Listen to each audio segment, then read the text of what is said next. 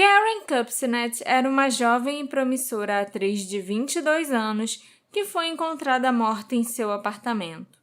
A causa da morte teria sido um homicídio por estrangulamento. E o assassinato da Karen foi, ao mesmo tempo, ofuscado pelo assassinato do presidente americano John Kennedy e ligado a ele através de teorias da conspiração.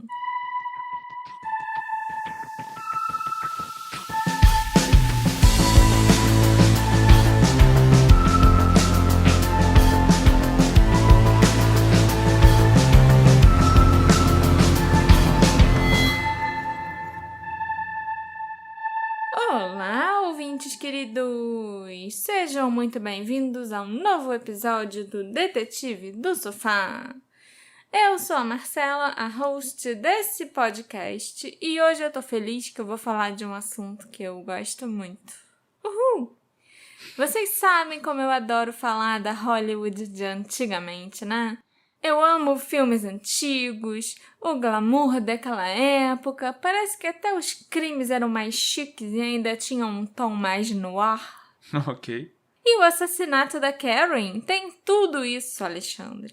Além de ainda ter de brinde teorias da conspiração. Eu, sinceramente, nunca tinha ouvido falar dela antes. Eu acho que ela nem chegou a ser uma atriz tão conhecida assim e tal. Mas a Karen era muito bonita. Ela parecia uma mistura da Natalie Wood com a Elizabeth Taylor. Não é pouca coisa, não. Não é, não? Mas antes, meu amor, da gente entrar no nosso assunto, eu queria só lembrar aos nossos ouvintes que esse podcast é muito importante. Esse podcast é muito importante. Sim, sim. Isso aí. É muito importante para todos vocês. Eu sei disso. Vocês mandam muitas mensagens carinhosas. Esse podcast conta com a ajuda muito importante dos nossos apoiadores, que mantém isso aqui flutuando do jeito que deve ser. E nós somos muito gratos a nossos apoiadores. E se você quiser se tornar um apoiador, eu sempre deixo um link aqui embaixo e você pode clicar e ver como se tornar um apoiador. Vai ser muito legal. E Marcela, você sabe... Tô esperando o ditado ou a metáfora, sei lá o que, de hoje. Porque se nós não tivéssemos nossos apoiadores, a gente seria o podcast que pensa, mas não existe. Sim. Inclusive, por muito tempo, eu fui um podcast que pensava e não existia. Olha aí. Né?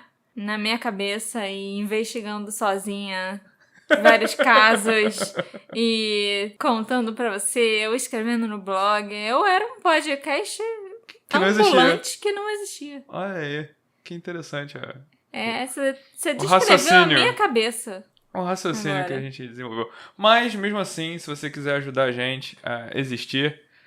Vai ser muito bem-vindo. Vai ser muito bem-vindo. E se você não puder se tornar um apoiador, faz tempo que eu não falo isso, mas você pode seguir a gente aonde você escuta podcast, você pode dar 5 estrelinhas aonde você escuta podcast, ou ouvir falar que isso ajuda bastante, então vamos lá, gente, 5 estrelinhas pra todo mundo.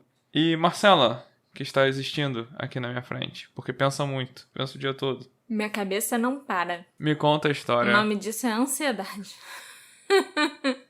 Me conta o caso da Karen Kupcinet. A Karen Kupcinet nasceu em 6 de março de 41, na cidade de Chicago. Ela era filha do Irv Kupcinet, um colunista muito importante do Chicago Daily Times, e da Esther Kupcinet. Ela tinha um irmão mais novo chamado Jerry. A Karen adquiriu o apelido de Cookie durante a infância e ela continuou sendo chamada assim pelos amigos mais próximos durante a sua vida adulta. Logo que ela nasceu, a mãe da Karen começou a prepará-la para ser uma estrela. A própria Esther tinha sido uma aspirante a dançarina fracassada que não poupou despesas adorando a filha naqueles primeiros anos. E quando a Karen chegou à adolescência, ela começou a atuar no ensino médio e em teatros locais, a mando da sua mãe. Os amigos da escola se lembram da Karen ter zero talento para atuação. mas ela estava apaixonada pelo estilo de vida das atrizes. A mãe já tinha feito uma lavagem cerebral nela, né, sobre o glamour de Hollywood e tal. E a Karen, sinceramente, nunca se preocupou muito em estudar o ofício, sabe? Estudar para ser atriz, para fazer teatro, para melhorar, né, a sua performance. Porque ela estava extremamente confiante de que ela seria uma estrela com base nas conexões do seu pai. Olha aí. Pois é, né? Eu tenho privilégios. Tenho privilégios e vou aproveitar. Aham. Mas havia um problema que as conexões do Irv não conseguiriam resolver, pelo menos de acordo com a Esther. E esse era o problema do peso da Karen. Não, gente, a Karen nunca foi uma criança ou adolescente gorda. Ela era perfeitamente, né, normal, sabe? Nem magra nem gorda, só uma pessoa comum. Mas as grandes estrelas costumavam ser magérrimas e elegantes.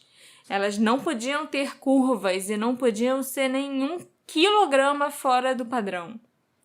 Então, por acreditar que a filha estava gorda ao entrar na adolescência e que ela precisaria ficar magérrima para ser bem-sucedida, a Esther apresentou a Karen as pílulas dietéticas e dietas radicais quando a menina tinha só 13 anos. Coitada. Pois é. A Karen fez a sua estreia como atriz aos 13 anos na peça de teatro Anniversary Waltz, em Chicago. Ela frequentou o Pine Manor College por um semestre, quando tinha 17 anos. E depois ela foi estudar no Actors Studio em Nova York, que na época era dirigido pelo Lee Strasberg, que foi um dos professores de atuação, técnicos de atuação na Marilyn Monroe. Nessa época, a Karen começou uma odisseia de 2 anos de cirurgias plásticas no queixo, no nariz, nas orelhas e nos olhos. Então, assim, ela foi para Nova York oficialmente para estudar no Actors Studio, mas os 2 anos que ela passou em Nova York foi fazendo cirurgias plásticas. Cara. Frequentar as aulas que é bom, ela quase não ia. E, infelizmente, assim, não vou dizer que ela não ficou mais bonita ou que ela, sei lá, ficou menos bonita ou algo assim, porque eu acho que plástica quando você tem 18 anos é uma coisa muito... É aquele meme do garoto fazendo a barba sem ter barba. Exatamente, é desnecessário. Aham.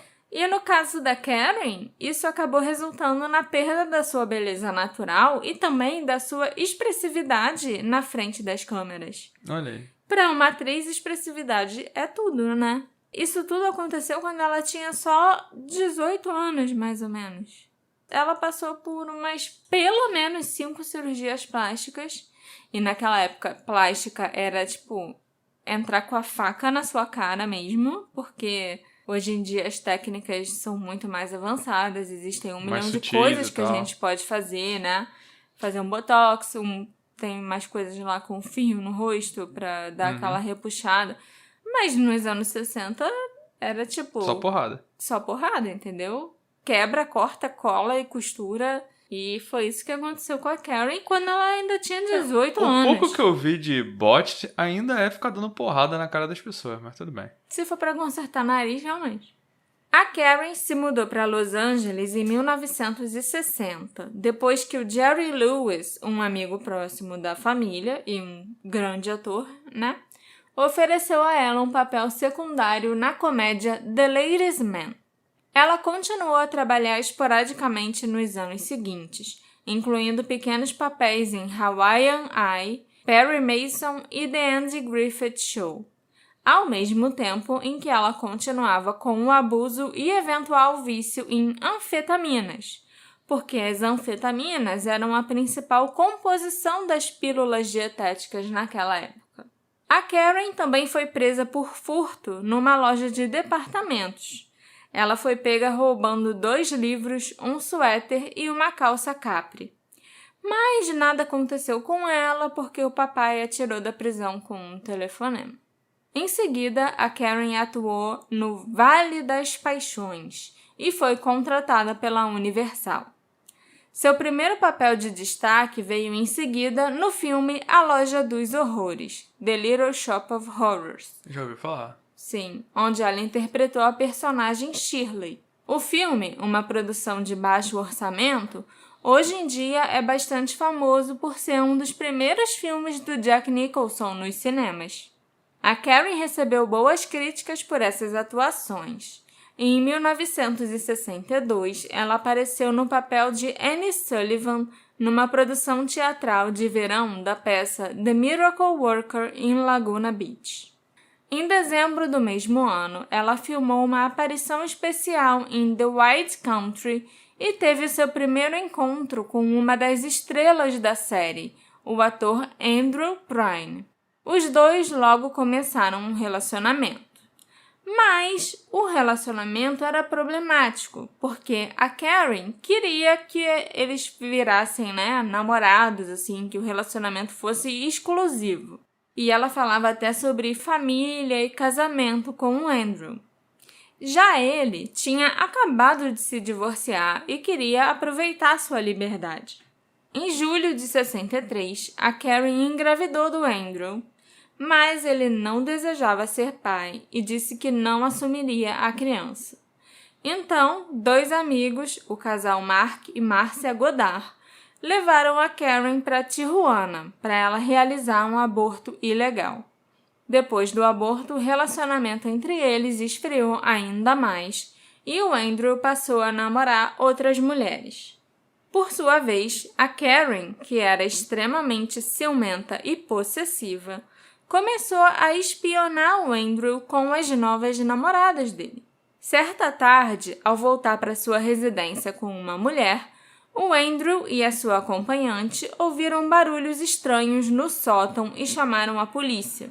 E as autoridades simplesmente encontraram a Karen lá no sótão, perseguindo o Andrew. É horroroso, mas é engraçado. Uhum. A mulher pega no flagra.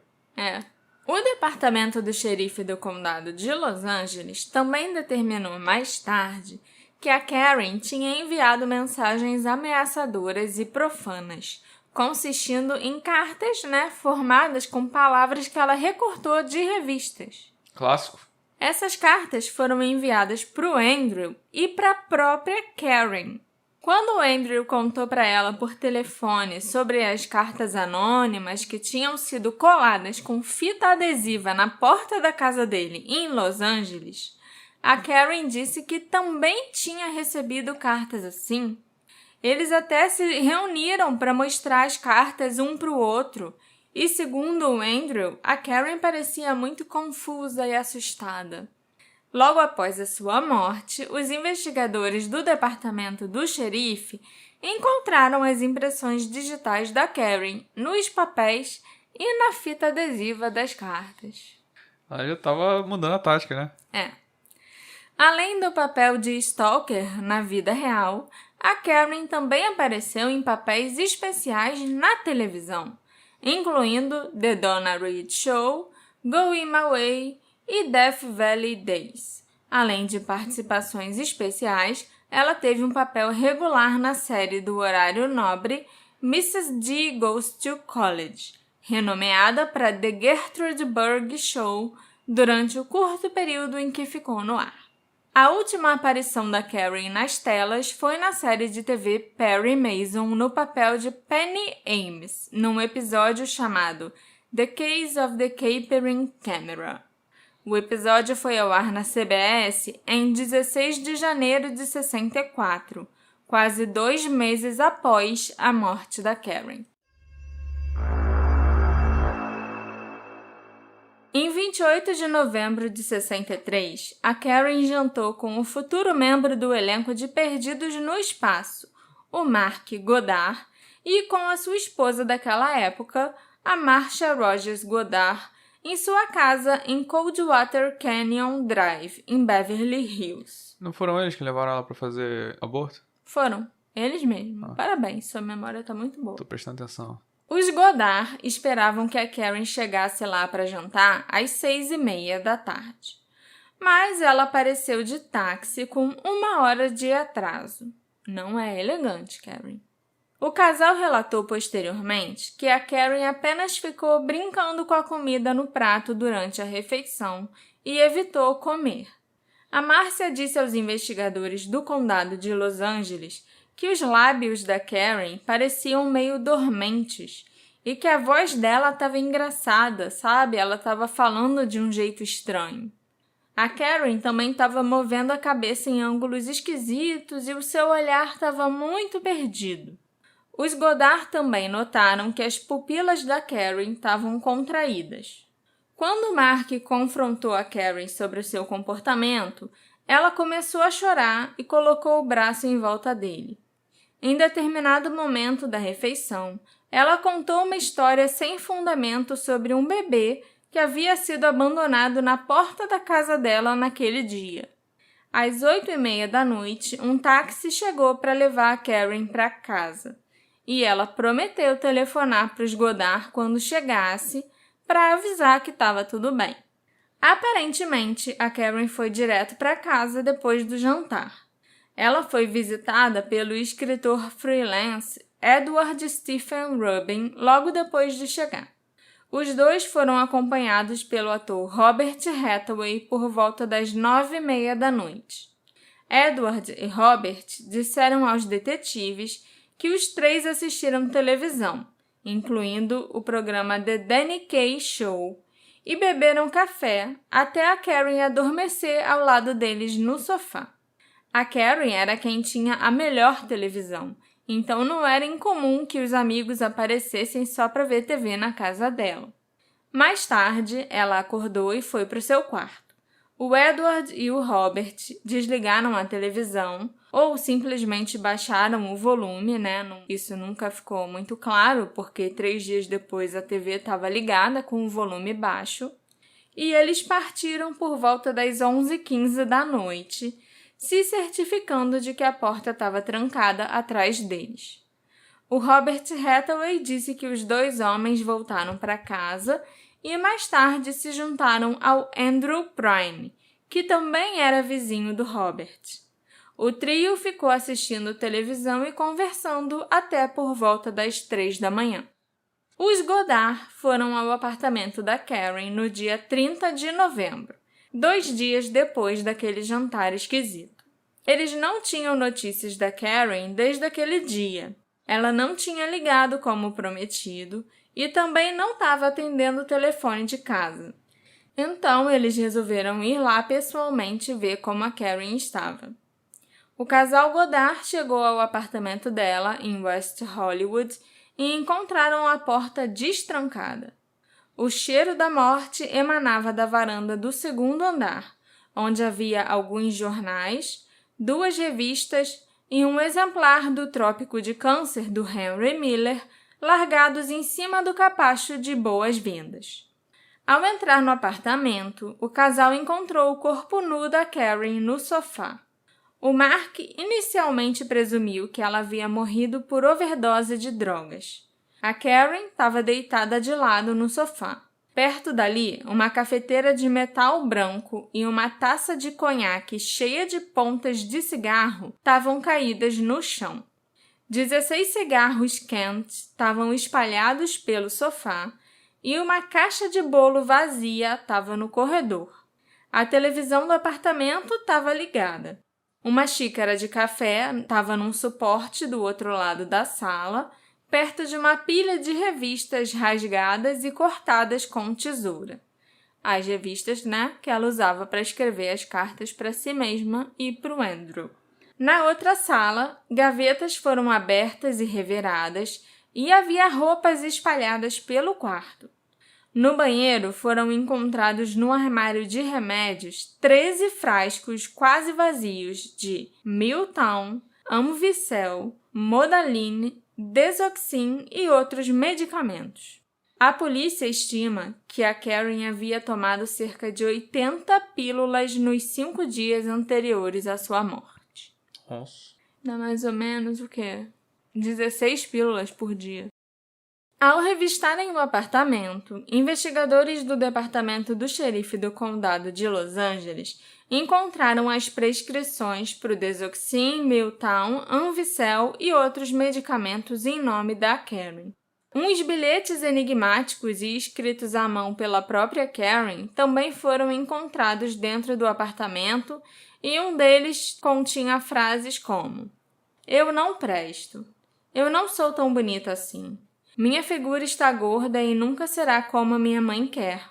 Por que estou tão sozinha? Qual é a utilidade de viver sem nada em que acreditar? Não há nada, apenas motivos falsos, pessoas egoístas, cabeças ocas e bêbados, e eu quero cair fora. Eu gosto do presidente Kennedy, do Bertrand Russell, Theodore Hicks, Peter O'Toole, Sidney Harris e do Albert Finney." Isso tudo é um bilhete só ou um monte de coisa? Isso tudo era um bilhete só. Tá. Um exemplo, de um bilhete que foi encontrado. Como a Karen tinha tantos frascos de medicamentos prescritos em seu armário de remédios, a crença inicial era de que ela havia cometido suicídio ou sofrido uma overdose acidental. No entanto, a morte dela foi oficialmente classificada como homicídio quando o legista, o Dr. Harold Cade, descobriu o osso hioide da Karen quebrado, o que parecia indicar estrangulamento. Ele determinou a hora provável da morte da Karen como 00:30 do dia 28 de novembro. No relatório da autópsia, a causa da morte foi listada como homicídio por estrangulamento manual. As lesões incluíam fratura por compressão no lado esquerdo do osso hioide, com hemorragia profunda dos tecidos moles do pescoço, do lado esquerdo da glândula tireoide, da cartilagem da tireoide, da base da língua, da epiglote e laringe. A Karen tinha só 22 anos. Após a autópsia, seu corpo foi levado de volta a Chicago para ser enterrado no cemitério e crematório Memorial Park, em Skokie, Illinois. Com mais de 500 pessoas presentes em seu funeral, o Andrew Prine não foi uma dessas pessoas. Após o funeral, a Esther começou a beber, fumar e a procurar médiums. Ela também travou uma vingança pessoal contra o Andrew Prine, que teve muita dificuldade em encontrar trabalho nos anos 60. Quando a Esther morreu de enfisema em junho de 2001, aos 86 anos, a família jogou um maço de pau-mouse e um isqueiro em seu caixão. Ela foi enterrada ao lado da filha Karen. Investigadores do Departamento do Xerife do Condado de Los Angeles determinaram que a história que a Karen contou aos Goddard sobre o tal bebê abandonado em sua porta e que ela também contou ao Andrew Prine por telefone era falsa. Nem o gabinete do xerife, nem o Departamento de Polícia de Los Angeles receberam denúncia de um bebê encontrado abandonado em qualquer lugar do prédio da Karen ou nos arredores no dia anterior ou depois do assassinato. Quando questionado pelas autoridades, o Andrew Prine relatou ter conversado com a Karen por telefone durante o dia da quarta-feira. Outros membros da comunidade de Hollywood foram questionados, assim como o Edward Rubin e o Robert Hathaway, os dois homens que possivelmente foram os últimos a vê-la com vida e que eram amigos do Andrew Prine. Eles também foram eventualmente apontados como suspeitos. Em 63, a história contada pelo Robert e pelo Edward era que eles tinham ficado na casa da Karen para assistir um pouco de TV. Mas, em novembro de 66, o Edward resolveu ligar para o departamento de polícia e revisar o testemunho que ele tinha dado 3 anos antes. Ele queria esclarecer que ele tinha saído da casa da Karen antes de meia-noite para encontrar com 2 garotas. A polícia, então, contatou o Robert Hathaway, que agora, com essa nova versão dos fatos, teria ficado mais tempo sozinho com a Karen, no apartamento dela. O Robert refutou a declaração revisada dada pelo Edward e também revisou a sua própria declaração. mas a gente não sabe o que ele disse para a polícia. Só o que nós sabemos de fato é que a polícia não encontrou evidências suficientes para prender ou acusar nenhum deles dois, e nem o Andrew Prine.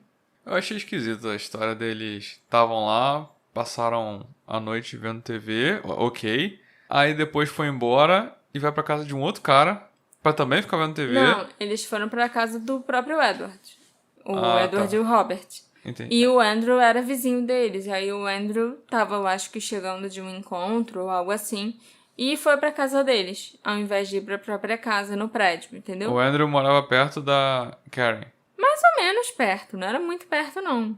O Edward e o Robert foram lá pra casa da Karen. Eles não eram vizinhos dela. Eles não eram vizinhos dela. Eu nunca disse que eles eram vizinhos dela. Aí eles foram embora pra casa deles e eles eram vizinhos do Andrew. Uhum. E aí o Andrew foi pra lá também ficar assistindo mais TV. É muita TV. Não, e ficar conversando até 3 horas da manhã, sei lá. E era que dia da semana? Era uma quarta-feira. Esquisito. De quarta pra quinta, né? Esquisito. Outro potencial suspeito era um ator chamado David Land, que morava num apartamento embaixo da Karen. O David alegou que ele tinha saído para um encontro na noite do assassinato com ninguém menos do que a atriz Natalie Wood, com quem ele estava namorando naquela época, e que ele chegou em casa por volta de 00:30. Essa aqui morreu no barco, né? Isso, também é um caso de uma morte não resolvida e muito esquisita. Que envolve Christopher Walken, isso eu sei. Sim. O David não viu ou ouviu nada de incomum vindo do apartamento de cima. Mas ele próprio era conhecido por ser um bêbado que costumava entrar nos apartamentos das pessoas sem ser convidado. Eita. Então, o seu testemunho não era lá muito confiável. Poucos dias após a morte da Karen, ele disse a uma mulher que havia matado a Karen. Mas depois o David alegou que estava só brincando e que nenhuma evidência o ligava à cena do crime. A polícia ficou sabendo, né, que ele tinha falado isso para a mulher. Ele nunca negou que ele tivesse falado de brincadeira, que matou a Karen e tal, mas disse que não foi ele. Realmente era só uma brincadeirinha e tal. Ok. O escritor policial James Ellroy visitou o gabinete do xerife do condado de Los Angeles na década de 90 para pesquisar sobre a morte da Karen. Em seu livro chamado Crime Wave, James Ellroy afirma que os policiais tinham encontrado um livro em cima da mesa da sala da Karen e que o livro em questão falava sobre dançar nua para se libertar das inibições. O livro tinha sido colocado sobre a mesa como se alguém o tivesse retirado de uma prateleira e marcado as páginas que explicavam a dança. O James Ellroy teorizou então que a Karen seguiu o conselho do livro e ela começou a dançar nua sob a influência de drogas ou medicamentos e caiu, batendo com a garganta numa cadeira e quebrando o osso ióide. Essa teoria dele eu acho muito improvável, porque não é simplesmente batendo com a sua garganta em algum lugar que você vai quebrar o seu osso e morrer por um estrangulamento? Com Sabe? todas as características de um estrangulamento. Pois é. Além disso, o James Ellroy também afirmou que o legista que realizou a autópsia da Karen, o Dr. Harold Cade, que foi chamado às 2 da manhã para a cena do crime, pode ter arruinado a autópsia. O James e muitas outras pessoas acreditam que o próprio médico pode ter causado ele mesmo a fratura do osso ióide da Karen. Caraca, ele estrangulou. Tem uma explicação. Também caiu da cadeira. Só foi relapso. O Dr. Harold Cade era um alcoólatra com um histórico de comportamento errático, que muitas vezes tinha os seus resultados de autópsia questionados. E poucos dias após a morte da Karen, o Dr. Harold estava realizando outra autópsia e ele supostamente teria dito: "Pelo menos eu não quebrei o osso ióide dessa vez." Se o Dr. Harold foi o responsável pela fratura do osso da Karen, então pode não ter havido nenhum crime. Ela pode simplesmente ter tido uma overdose pelo excesso de medicamentos que ela tinha o costume de misturar com álcool e drogas. Também é possível que a Karen tenha cometido suicídio, mas nós não temos como saber, até porque, como o ocioide quebrado sugeria assassinato, não foi realizada uma autópsia completa da Karen e não foi verificado quantos medicamentos ela tinha no organismo. Então, é impossível saber se um suicídio ou uma overdose acidental poderia ter ocorrido. A família da Karen contestou essas teorias do James Ellroy e sempre afirmou que ela foi assassinada sim. E, de fato, havia hematomas e uma descoloração no pescoço da Karen, mas nada que indicasse de forma conclusiva o que poderia ter causado aquele dano, né? Se foram as mãos de alguém, se foi uma corda ou algum outro tipo de objeto. A morte da Karen foi mencionada pela primeira vez em conexão com o assassinato do John F. Kennedy em 1967, pelo pesquisador Penn Jones Jr., no livro chamado Forgive My Grief Too. Penn Jones citou uma história da agência de notícias Associated Press sobre uma mulher não identificada que fez um telefonema nas proximidades de Oxnard, na Califórnia, 20 minutos antes do assassinato do presidente acontecer em Dallas, no Texas. Só para explicar um pouco melhor. Uma mulher anônima ligou lá de Oxnard, na Califórnia, para uma telefonista às 10 horas do dia 22 de novembro de 63 e disse que o Kennedy ia morrer em 10 minutos. A mulher divagou incoerentemente antes de mudar o horário da morte para as 10h30. A ligação terminou às 10h25 e o Kennedy foi assassinado exatamente 5 minutos depois. Lembrando que tem a diferença de fuso horário entre a Califórnia e o Texas. Então, ali na Califórnia, o presidente morreu exatamente às 10h30, horário afirmado pela mulher no telefone. E no Texas, ele morreu era 12h30. Por algum motivo, o Penn Jones acreditava que essa mulher que fez a ligação era a Karen Kupcinet. Em seu livro, o Penn Jones alegou que a Karen tentou alertar alguém sobre o assassinato iminente depois de receber essa informação do seu pai, Irv, que teria sido avisado com antecedência pelo Jack Ruby, o dono de uma boate em Dallas e um conhecido mafioso de Chicago. Foi inclusive o Jack Ruby quem atirou fatalmente no Lee Harvey Oswald, o acusado de ter assassinado o presidente, logo no dia seguinte que o Kennedy morreu. O Penn Jones ainda especulou que o Irv poderia ter conhecido o Jack Ruby em Chicago nos anos 40, quando Jack Ruby era quem mandava na cidade, e que a Karen havia sido assassinada por representantes da máfia ítalo-americana como uma mensagem para o seu pai permanecer em silêncio sobre o motivo pelo qual o Kennedy e o seu assassino, o Lee Harvey Oswald, foram baleados. O Irv negou que ele ou sua filha tivessem conhecimento prévio do assassinato do Kennedy ou da morte do Oswald. E isso foi apoiado pelos amigos da Karen, incluindo o Andrew Prine e o ator Earl Holliman e a então namorada do Earl. Todos eles tinham viajado para Palm Springs com a Karen no dia 22 de novembro. E a Karen parecia bastante triste e chateada com a morte do presidente enquanto estava lá em Palm Springs. Ela também ficou muito chocada quando ficou sabendo do assassinato e não revelou qualquer conhecimento prévio dos eventos. E Palm Springs fica bem longe de Oxnard, de onde a mulher misteriosa teria ligado para a telefonista. Mas isso é exatamente o que eles querem que você pense. Em 2013, o Ventura County Star comemorou o 50º aniversário do assassinato do Kennedy com um longo artigo sobre a mulher desconhecida que formou a base da teoria da conspiração do Penn Jones. Citando documentos do FBI, que foram desclassificados décadas após o assassinato, o Ventura County Star afirmou que 2 operadoras de telefonia da General Telephone Company, que ouviram a mulher desconhecida, deram ao FBI uma descrição precisa da sua voz.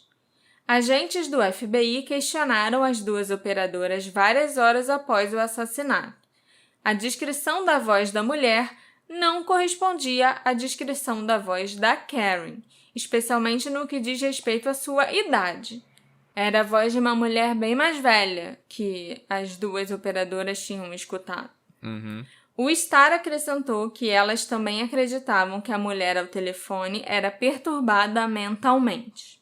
Em relação à suposta ligação de Irv com Jack Ruby, a comissão Warren não encontrou nenhuma prova de que o Irv tivesse interagido com o Ruby em Chicago antes de 47, quando Jack Ruby se mudou para Dallas. A comissão questionou muitos habitantes de Chicago que interagiram com o Ruby e nenhum deles tinha conhecimento prévio de que ele iria atirar em Lee Harvey Oswald. No início da década de 90, durante a produção e lançamento do filme JFK, do Oliver Stone, o Irv Kupcinet atacou o filme e as teorias da conspiração que o cercavam. E vamos combinar, né, que aquele filme é pura teoria da conspiração. É tipo, pega todas as teorias que existem sobre a morte do Kennedy, bota no liquidificador e tá aqui o roteiro do Oliver Stone. Quando o sucesso de bilheteria do filme levou a uma onda de atenção da mídia sobre todas essas teorias da conspiração do assassinato do Kennedy, o programa Today Show da NBC transmitiu uma lista de mortes misteriosas que poderiam ser relacionadas ao assassinato do presidente, incluindo a morte da Karen Kupcinet. O Irv respondeu à transmissão do Today Show em sua coluna no Chicago Sun-Times em 9 de fevereiro de 92, dizendo o seguinte: o NBC Today Show de sexta-feira, 7 de fevereiro, publicou uma lista de pessoas que morreram violentamente em 63, logo após a morte do presidente John Kennedy, e que podem ter tido alguma ligação com o assassinato. O primeiro nome da lista era Karen Kupcinet, minha filha.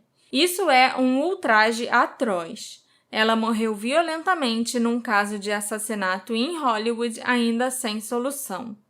Essa mesma lista foi publicada num livro anos atrás, sem justificativa ou verificação. O livro deixou a impressão de que algumas pessoas da lista podem ter sido mortas para silenciá-las por saberem do assassinato. Nada poderia estar mais longe da verdade no caso da minha filha. A lista aparentemente desenvolveu vida própria e repetir essa calúnia hoje em dia é repreensível. Karen não pode mais sofrer com uma menção tão indesculpável, mas os seus pais e o seu irmão Jerry podem. Durante anos, os pais da Karen acreditaram que o Andrew Prine a assassinou. Mas o Irv finalmente publicou um livro de memórias em 88, no qual ele revelava que ele e sua esposa Esther já não acreditavam mais que o Andrew tinha matado a Karen. Isso depois da Esther ter feito uma campanha contra o cara nos anos 60 que ele mal conseguia trabalhar, né? Mas tudo bem. Pedir desculpa que é bom? Nada. O Irv suspeitava de uma pessoa que ainda estava viva quando ele escreveu as suas memórias e por isso o nome não foi mencionado no livro. Mas atualmente nós sabemos que a pessoa em questão, a pessoa de quem os pais da Karen suspeitavam, era o vizinho de baixo, o David Land. O cara que era bêbado que falou pra tua mulher que tinha matado. Isso, que namorava a Natalie Wood na época.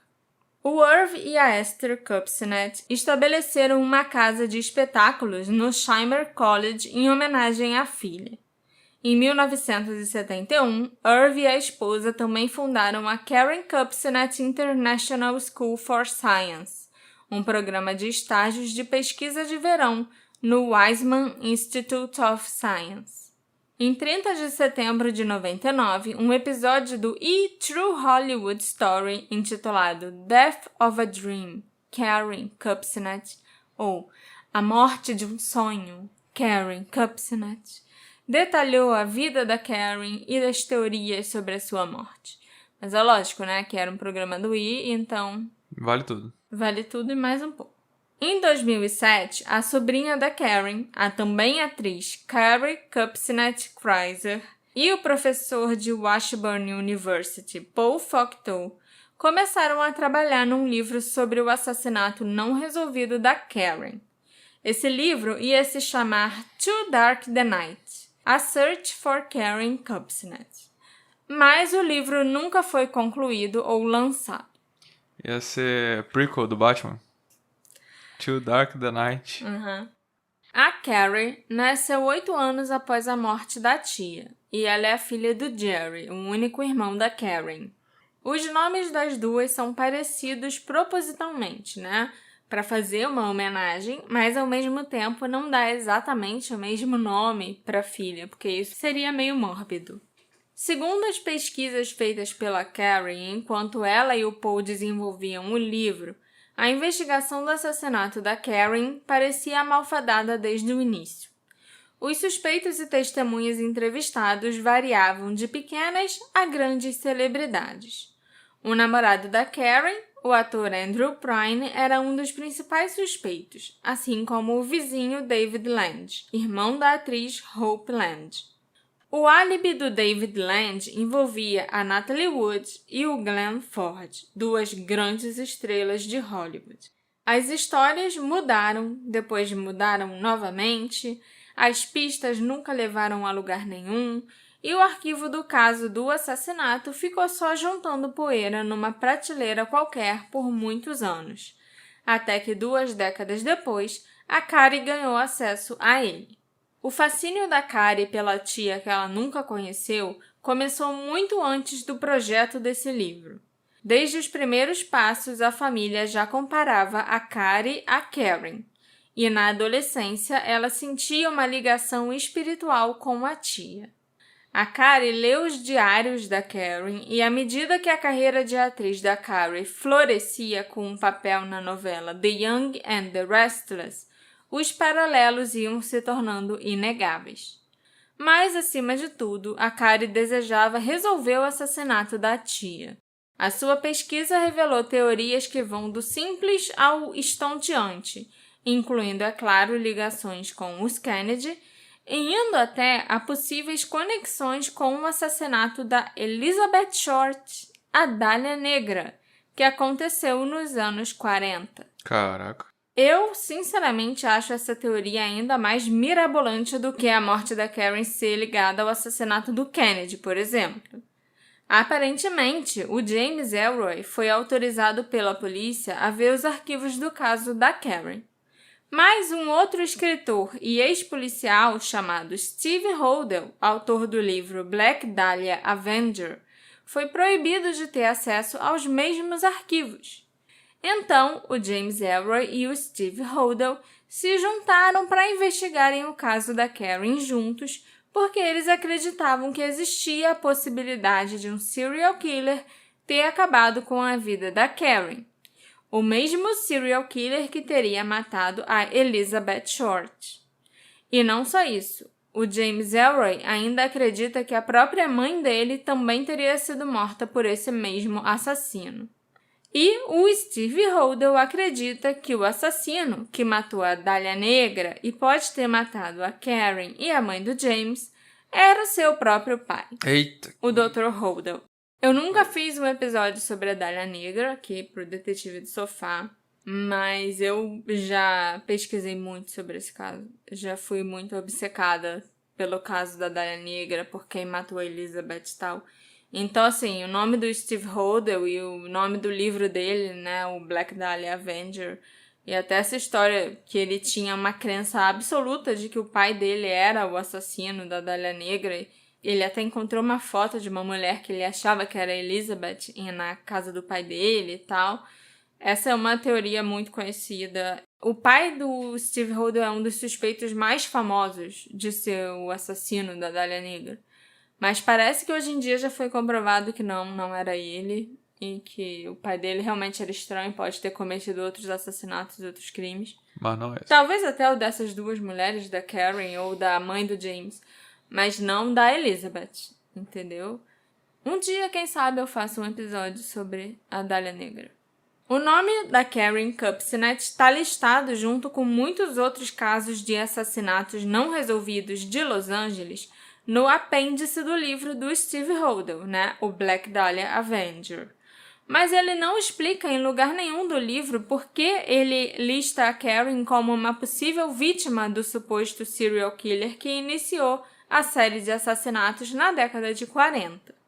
Eu, pensando aqui com os meus botões, acho que a única coisa que o caso da Elizabeth e da Karen têm em comum é a aparência das duas mulheres, sabe? As duas tinham um tipo físico bem semelhante, a pele bem clara, bem branquinha e os cabelos escuros, quase pretos, entendeu? E os serial killers muitas vezes têm um perfil de vítima, né? Mas eu acho que isso é uma viagem total, essa possível relação da morte da Karen com o assassinato da Elizabeth Short. A Carrie se pergunta até hoje se as respostas para o assassinato da tia Karen estão em uma série de sonhos assustadores que ela já teve, com cenas aparentemente da vida da Karen e não da sua própria. No longo prazo, porém, as respostas que a Carrie procura chegam até ela quando ela está bem acordada e aparecem em seu próprio intelecto e caráter. Ela aprendeu com a experiência e com os diários da Karen e conduziu a sua vida por um caminho bem diferente e até mais promissor. A Carrie abandonou o show business há muitos anos.